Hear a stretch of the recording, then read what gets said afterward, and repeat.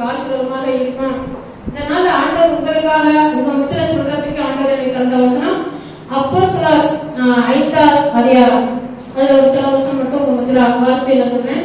ஏன்னா நீங்க எடுத்துக்கிறதுக்கு ஒரு 6 நேரம் ஆகும். நாளை வாசிக்கிறேன்.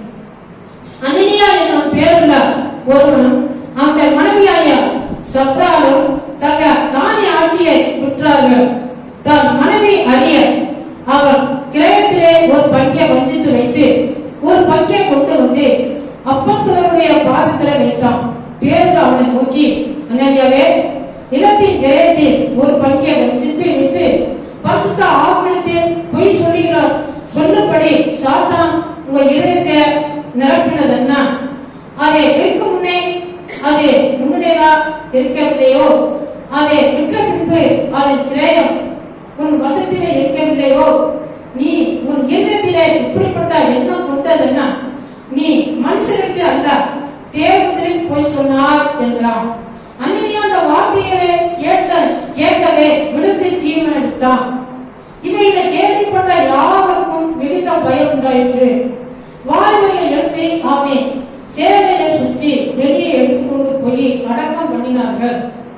ஏறக்குறையா 3 மணி நேரத்துக்கு பின்பு அவனுடைய மனைவி நடந்ததை அறியாம உள்ள வந்தார்.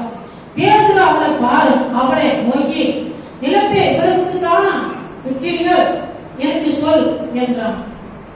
அவர் இவ்வளவுதான் என்றார்.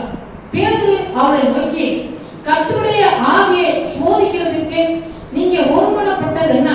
இதோ உன் புருஷனை அடக்கம் பண்ணினவர்களுடைய கால்கள் வாசப்படியிலே வந்திருக்கிறது, உன்னையும் வெளியே கொண்டு போவார்கள் என்றான்.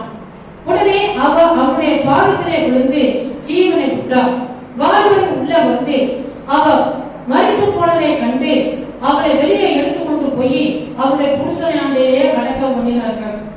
சபையார்கள் இவைகளை கேட்கப்பட்ட மற்ற யாரும் மிகுந்த பயம் உண்டாயிற்று. யாருக்கும் மிகுந்த பயம் உண்டாயிற்று. இது உங்களுக்கு பயம் உண்டாக நான் இதை வாசிக்கல.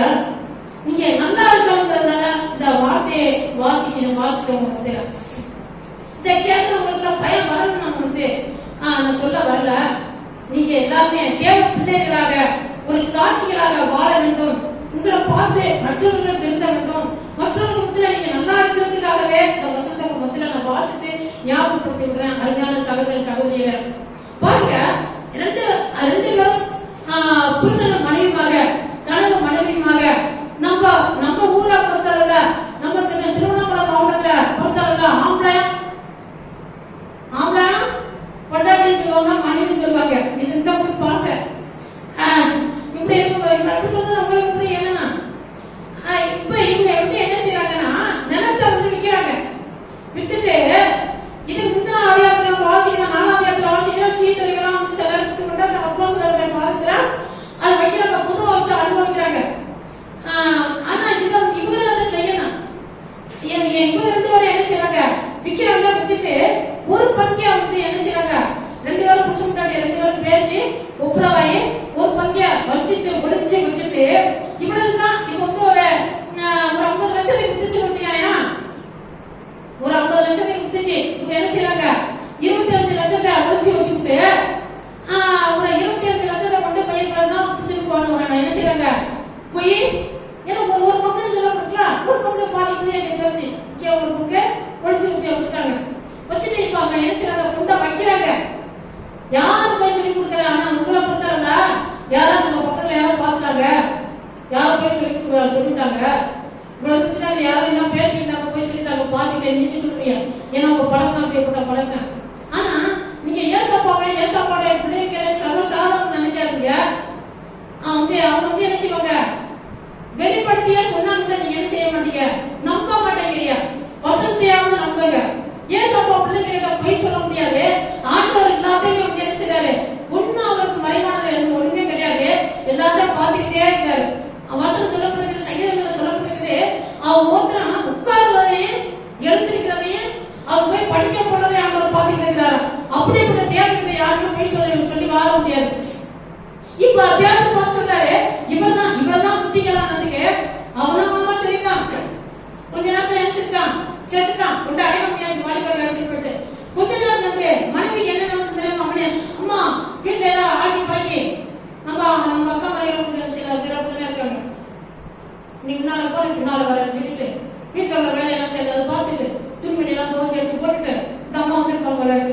நடந்தது இல்லையா உங்களுக்கு கொஞ்சம் இல்லையா?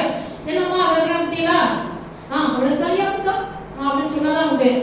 உன் புருஷன் அடக்க முடிய வாழ்க்கையில் உன்னை காலை எடுத்துட்டு இப்ப உள்ளுக்கு வருது, அடுத்த உடனே வெளியில கொண்டு போவாங்க. முடிஞ்சு போச்சு வேலை.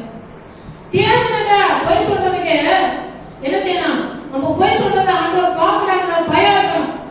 எந்த ஒரு விதத்திலையும் காணிக்கை விஷயத்திலும் சரி, தசோபா விஷயத்திலும் சரி. சிலர் என்ன செய்வாங்க, கொஞ்சம் வந்து சம்பளம் வந்தது 20,000 30,000 இருக்கும், கொடுக்கறது எவ்வளவு 1000 இருக்கும். யாருன்னு சொல்லல, இது என்ன நான் கேட்க முடிய இருக்குது. 1000 இருக்கும். இந்த மீதி எங்கே போச்சு? இல்ல பொய் பொய். 1000 எவ்வளவு கொடுக்கணும்? 100 கொடுக்கணும். இப்ப